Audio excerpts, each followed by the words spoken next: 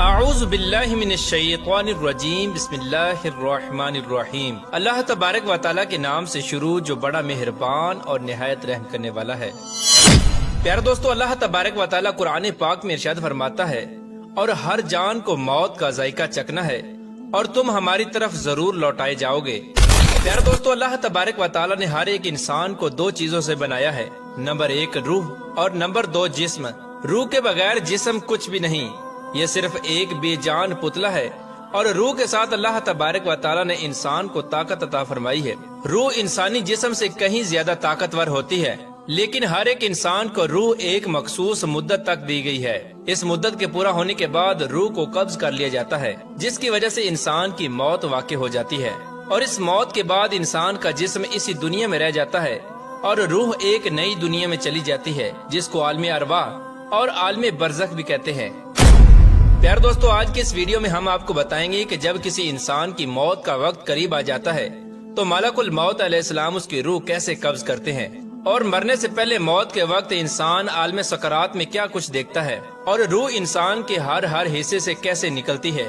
اور ملک الموت علیہ السلام بچوں کی روح کیسے قبض کرتے ہیں، اور مرنے کے بعد بچوں کی روحیں کہاں چلی جاتی ہیں اور ان کے ساتھ کیا سلوک کیا جاتا ہے، اور ملک الموت علیہ السلام ہر گھر میں روزانہ کتنی مرتبہ چکر لگاتے ہیں۔ پیارے دوستو، ان تمام تر سوالات کے جوابات قرآن و حدیث کی روشنی میں آج کی اس ویڈیو میں ہم آپ کو بتائیں گے، لہٰذا آپ سے گزارش ہے کہ ہماری اس ویڈیو کو اینڈ تک ضرور دیکھیے گا۔ پیارے دوستو، جب کسی بھی انسان کا اس دنیا کو چھوڑنے کا وقت قریب آ جاتا ہے تو وہ انسان مرنے سے کچھ دن پہلے عجیب و غریب سی کیفیت محسوس کرنے لگتا ہے، اور اس کا دل اداس سا رہنے لگتا ہے۔ اس کو ایسا محسوس ہوتا ہے کہ جیسے اس کا سب کچھ ختم ہو گیا، اور اس انسان کا کسی سے بات کرنے کو دل نہیں کرتا۔ یہ سب کچھ اسی لیے ہوتا ہے کیونکہ وہ انسان مرنے والا ہوتا ہے، اور یہ سب موت کے اثرات ہوتے ہیں جو وہ محسوس کر رہا ہوتا ہے۔ جیسا کہ حدیث پاک میں آتا ہے کہ حضرت زید بن اسلم رضی اللہ تعالیٰ عنہ بیان فرماتے ہیں کہ ملک الموت علیہ السلام روزانہ ہر گھر میں 5 مرتبہ چکر لگاتے ہیں اور ہر ایک انسان کے چہرے کی طرف غور سے دیکھتے ہیں، اور ایک دوسری روایت میں آتا ہے کہ ملک الموت علیہ السلام ہر گھر میں روزانہ 7 مرتبہ چکر لگاتے ہیں اور ہر ایک انسان کے چہرے کی طرف دیکھتے ہیں۔ اگر ان میں سے کوئی شخص ایسا ہو جس کی موت کا وقت قریب آ چکا ہو تو ملک الموت علیہ السلام اس کی روح کو قبض کر لیتے ہیں۔ پیارے دوستو، موت سے کچھ دیر پہلے ہر ایک انسان ایک عجیب و غریب سی کیفیت میں چلا جاتا ہے جسے عالم سکرات کہتے ہیں۔ اس عالم کے اندر انسان عجیب و غریب سی دنیا کو دیکھتا ہے۔ اس وقت مرنے والے انسان کی آنکھوں سے تمام تر پردوں کو ہٹا دیا جاتا ہے۔ یہ وہ وقت ہوتا ہے کہ جب انسان اپنی زندگی میں کیے گئے تمام تر اعمال کو اپنی آنکھوں سے دیکھ رہا ہوتا ہے۔ اگر کوئی گناہ گار شخص ہو تو وہ دیکھ رہا ہوتا ہے کہ اس نے اپنی زندگی میں کون کون سے گناہ کیے، کیسے وہ اللہ تبارک و تعالیٰ سے چھپ کر زنا کرتا رہا، کیسے وہ چوری کرتا رہا، شراب نوشی کرتا رہا، اور کس طرح وہ اللہ تبارک و تعالیٰ کی نافرمانیاں کرتا رہا۔ اس وقت ہر انسان کو پیدا ہونے سے لے کر مرنے تک اس کی تمام تر زندگی دکھا دی جاتی ہے کہ اس نے اپنی زندگی کیسے گزاری، اور اسی وقت ہر ایک انسان کو یہ اندازہ ہو جاتا ہے کہ اس کا انجام کیا ہونے والا ہے۔ اور یہ وہ وقت ہوتا ہے کہ جب شیطان بھی مرنے والے شخص کے سامنے آ کر کھڑا ہو جاتا ہے اور اس کو گمراہ کرنے کی کوشش کرتا ہے۔ اگر اس مرنے والے شخص کے ماں باپ فوت ہو چکے ہوں تو وہ شیطان اس کے ماں باپ کی شکل میں آ کر کہتا ہے کہ اے میرے بیٹے، ہم تمہارے ماں باپ ہیں، ہم تمہارا برا نہیں چاہتے، ہم تجھے تلقین کرتے ہیں کہ تو اسلام کو چھوڑ دے اور عیسائی یا کافر ہو کے مر، کیونکہ مرنے کے بعد یہی دین کام آنے والا ہے۔ اسی طرح شیطان اس مرنے والے شخص کے سامنے اس کے دوسرے عزیز و اقارب کی شکلوں میں آ کر اس کو گمراہ کرنے کی کوشش کرتا ہے۔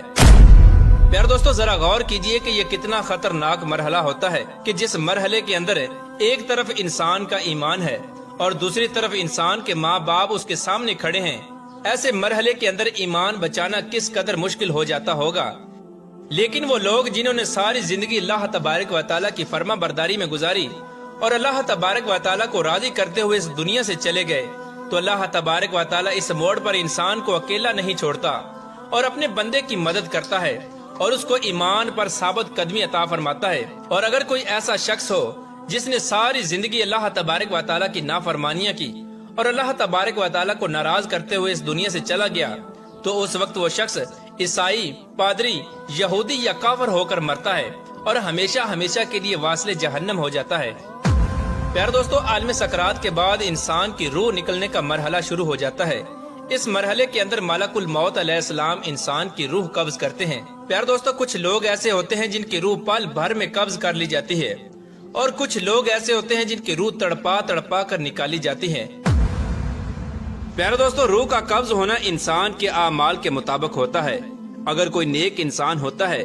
تو اس کی روح آسانی کے ساتھ قبض کی جاتی ہے، اور اگر کوئی برا انسان ہوتا ہے تو اس کی روح سختی کے ساتھ قبض کی جاتی ہے۔ جیسا کہ حدیث پاک میں آتا ہے کہ ایک دن حضرت عمر رضی اللہ تعالی عنہ نے حضرت کعب بن احبار رضی اللہ تعالی عنہ سے فرمایا کہ آپ ہمیں موت کی سختیوں کے بارے میں بتائیں، تو حضرت کعب بن احبار رضی اللہ تعالی عنہ عرض کرنے لگے کہ اے امیر المؤمنین، موت کی سختی ایسی ہے جیسے کہ ایک شاخ ہو اور اس پر بے شمار کانٹے لگے ہوں، اور اس کانٹے دار شاخ کو کسی انسان کے پیٹ میں داخل کر دیا جائے، اور اس شاخ کا ہر ایک کانٹا انسان کے پیٹ کی ہر رگ میں پیوست ہو جائے۔ اس کے بعد ایک طاقتور انسان اس شاخ کو زور کے ساتھ انسان کے پیٹ سے باہر نکالے، تو اس وقت اس انسان کو جتنی تکلیف ہوئی جس کے پیٹ سے کانٹے دار شاخ کو نکالا گیا، اس سے کہیں زیادہ تکلیف موت کے وقت ہوتی ہے۔ پیارے دوستو، حضور پاک صلی اللہ تعالی علیہ وآلہ وسلم نے ارشاد فرمایا کہ مرتے وقت انسان کو جتنی تکلیف ہوتی ہے، اس تکلیف میں سے ایک بال برابر تکلیف کو زمین و آسمان پر رکھ دیا جائے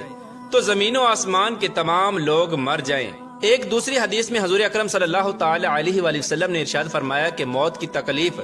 1000 مرتبہ تلوار مارنے سے زیادہ سخت ہے۔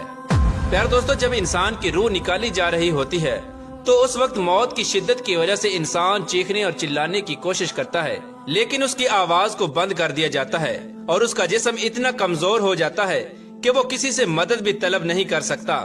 پیارے دوستو، روح کو سب سے پہلے پاؤں کی طرف سے نکالا جاتا ہے، اس کے بعد پنڈلیاں اور رانیں ٹھنڈی پڑ جاتی ہیں۔ اس طرح آہستہ آہستہ کر کے انسان کے جسم کے ہر حصے سے روح کو نکالا جاتا ہے، اور روح جب انسان کے گلے تک پہنچ جاتی ہے تو یہ وہ وقت ہوتا ہے جب انسان پر توبہ کا دروازہ بند کر دیا جاتا ہے۔ اس کے بعد کسی بھی انسان کی توبہ قبول نہیں کی جاتی۔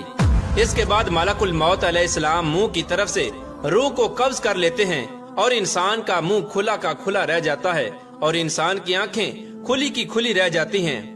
پیارے دوستو، موت ایک ایسی حقیقت ہے کہ جس سے ہر ایک انسان کو گزرنا ہے، پھر چاہے وہ بچہ ہو، بوڑھا ہو یا جوان ہے۔ پیارے دوستو، اب بات کرتے ہیں کہ بچوں کو موت کس طرح آتی ہے اور ملک الموت علیہ السلام بچوں کے ساتھ کیسا رویہ اختیار کرتے ہیں، اور مرنے کے بعد بچوں کے ساتھ کیا سلوک کیا جاتا ہے۔ تو اس کے متعلق روایات میں آتا ہے کہ موت کے وقت انسان پر سختی یا نرمی اس کے اعمال کی وجہ سے کی جاتی ہے، اور بچے چونکہ معصوم ہوتے ہیں اور وہ گناہوں سے پاک ہوتے ہیں، لہٰذا ملک الموت علیہ السلام ہر نابالغ بچے کی روح کو نرمی کے ساتھ قبض کرتے ہیں، کیونکہ بچوں نے کوئی گناہ نہیں کیا ہوتا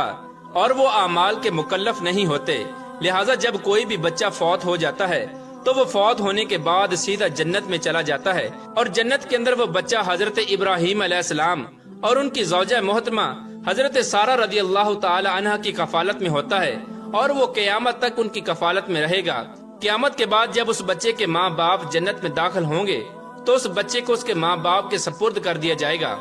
اگر کسی ماں باپ کا چھوٹا بچہ فوت ہو جاتا ہے تو وہ بچہ والدین کے لیے بروز قیامت بخشش کا ذریعہ بنے گا، جیسا کہ حضور پاک صلی اللہ تعالی علیہ وآلہ وسلم نے ارشاد فرمایا کہ بروز قیامت معصوم بچے اللہ تبارک و تعالیٰ کے ہاں اپنے ماں باپ کو بخشوانے کی سفارش کریں گے تو اللہ تبارک و تعالیٰ ان کی سفارش کو قبول کر لے گا اور ان کے ماں باپ کو جنت میں داخلہ عطا فرما دے گا۔ اللہ تبارک و تعالیٰ سے دعا ہے کہ اللہ تبارک و تعالیٰ ہمیں نیک اعمال کرنے کی توفیق عطا فرمائے اور ہمیں موت کی سختیوں سے بچائے، اور موت کے وقت اپنے پیارے حبیب حضرت محمد مصطفیٰ صلی اللہ تعالی علیہ وآلہ وسلم کا دیدار عطا فرمائے۔